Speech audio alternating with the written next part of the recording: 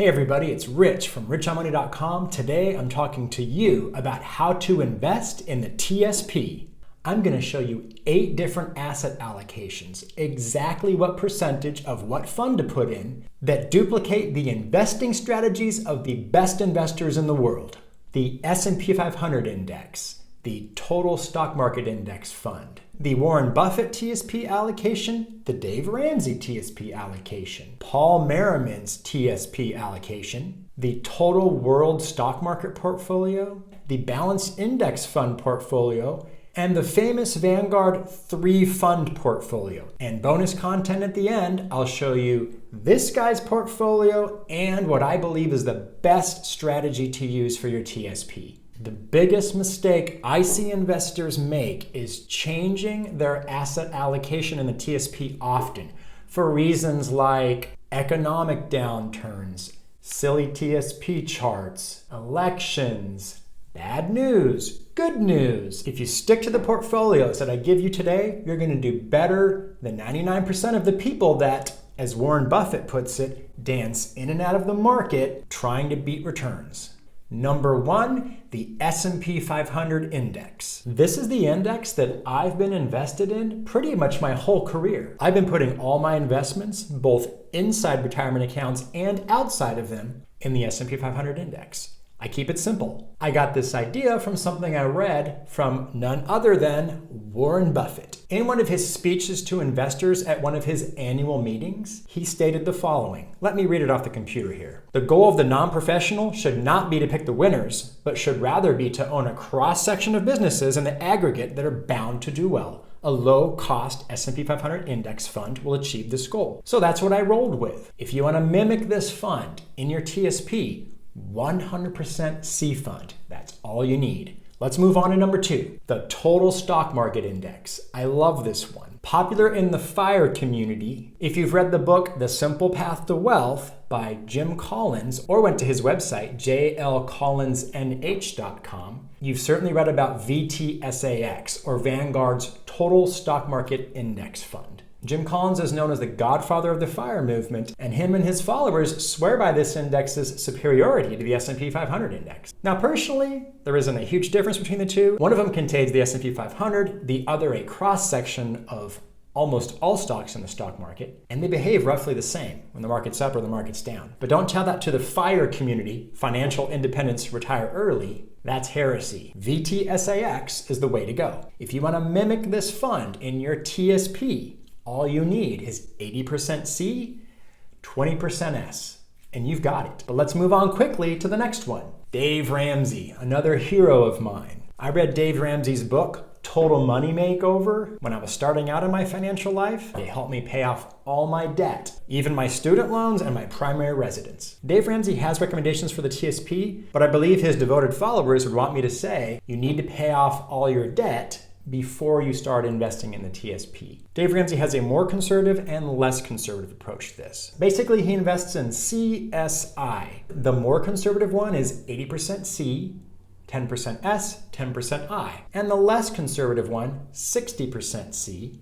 20% S, and 20% I. Thanks, Dave Ramsey. We've still got lots of more good content, but if you're liking this stuff, if it's helpful, please subscribe, hit the bell for me, and hit the thumbs up. Let's move on to the next one, which is another financial guru, none other than Paul Merriman. Now, Paul Merriman is famous for his approach to mutual fund investing. He has something called the Ultimate Buy and Hold Portfolio, which I've written a post about, and you can check the notes sections for a link. Paul Merriman believes the key to beating the market in general or beating the S&P 500 is investing in value funds. Now, that is something that the TSP lacks. They don't have a value fund, but he does have recommendations for the TSP. It's a little bit complicated, so I'll flash it up on the screen here. The aggressive form of his portfolio, 50% S, 25% C, 25% I. He also has an additional 2 levels where he's more conservative in them, where he throws in G and F in different percentages. Next on our list is the total world stock market portfolio. This is loosely modeled off the Vanguard Total World Stock Index Fund. Obviously, this fund has a decent amount of the I Fund, or the international fund, in it. The I Fund in TSP might not be as good as the I Fund in this particular Vanguard index or in other similar indexes. The TSP's I Fund is mostly with developed economies. It doesn't invest heavily in emerging economies internationally. In fact, a good portion of the funds are invested in the following countries in the following percentages.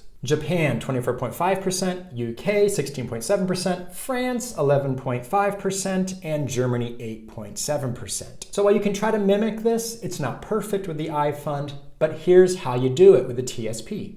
Use 48% C, 12% S to make up the US portion of the stock market, and then use 40% I Fund for the rest. Let's move on to the next one, the Balanced Index Fund Portfolio. This mimics the Vanguard Fund of the same name, known as VBIAX.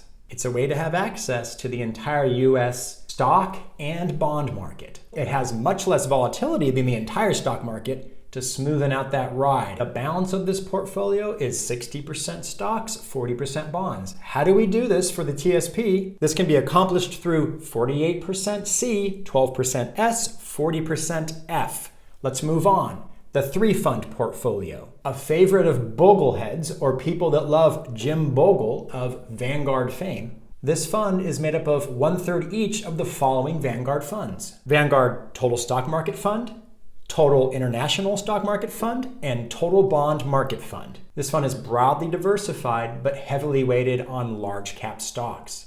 Now remember, the I Fund lacks the exposure to emerging market countries, so this won't be identical to what Vanguard has with the International Fund. To mimic this index, here's the split. 27% C, 7% S, 33% I, 33% F.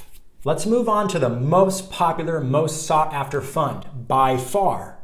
Another guru, an investing genius, none other than this man. I'm going to share with you the way that he invests his TSP. We finally get to peer into the brilliant mind of a master investor. Here's what he does. I put in 50% C fund, 50% S fund. Wow, that is amazing.